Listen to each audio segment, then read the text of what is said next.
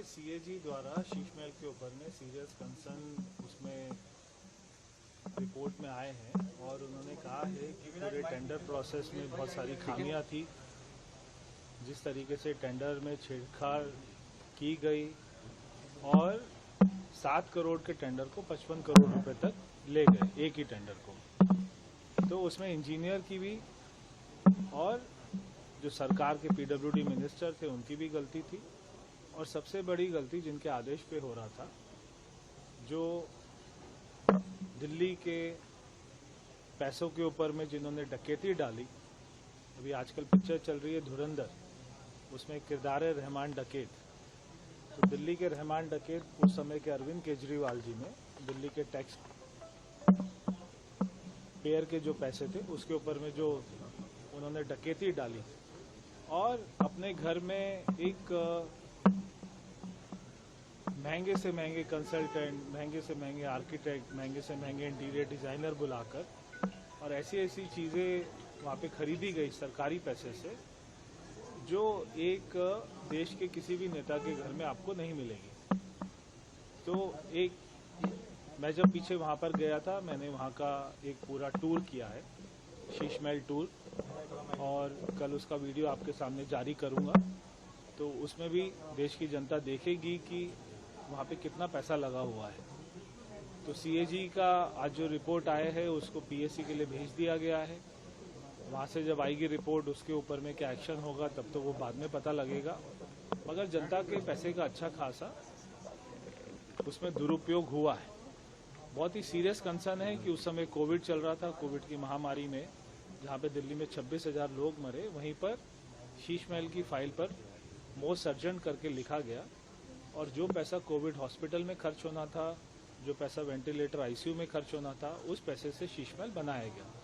अगर उसी पैसे को ये सारे कोविड में जो हमारे पेशेंट थे उनके लिए अगर खर्च करते, मुझे लगता है 8 से 10 हज़ार लोगों की जान बच जाती। 26,000 लोगों की जान उसमें गई, उसमें हम 8 से 10 हज़ार लोगों की जान बचा सकते थे अगर केजरीवाल उतना पैसा ये सारी मेडिकल व्यवस्था में खर्च करते। खैर जो भी हुआ बहुत ही दुर्भाग्यपूर्ण था, मगर हमारे दिल्ली के धुरंधर मतदाताओं ने उनको हराया, दिल्ली के रहमान डकैत को हराया।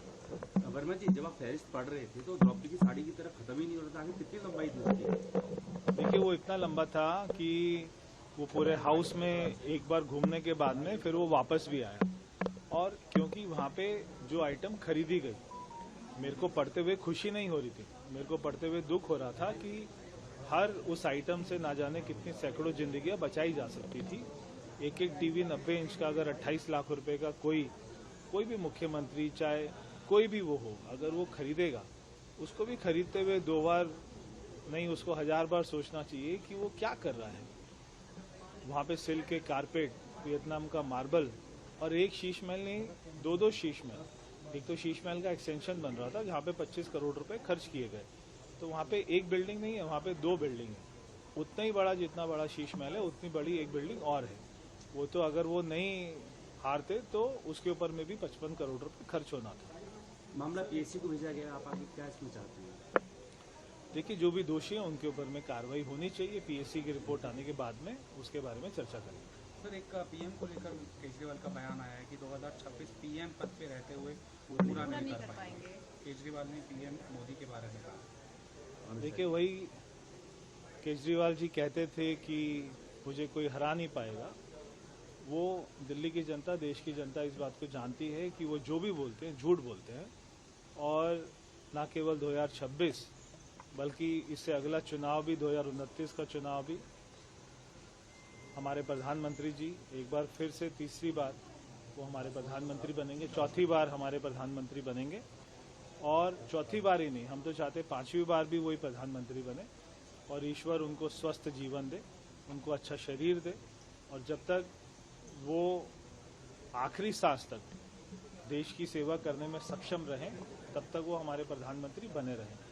तो केजरीवाल जी आज जहाँ पे पंजाब में ड्रग्स का इतना चलन हो रहा है, वहाँ पे युवा पीढ़ी पूरे सारे के सारे ड्रग्स में खप रहे हैं, केवल अपनी गलतियों से ध्यान भटकाने के लिए। आज वो शीश महल की जो रिपोर्ट आई है उससे ध्यान भटकाने के लिए, और वो ऐसे ऐसे बातें करते हैं जिनका कोई मतलब नहीं है।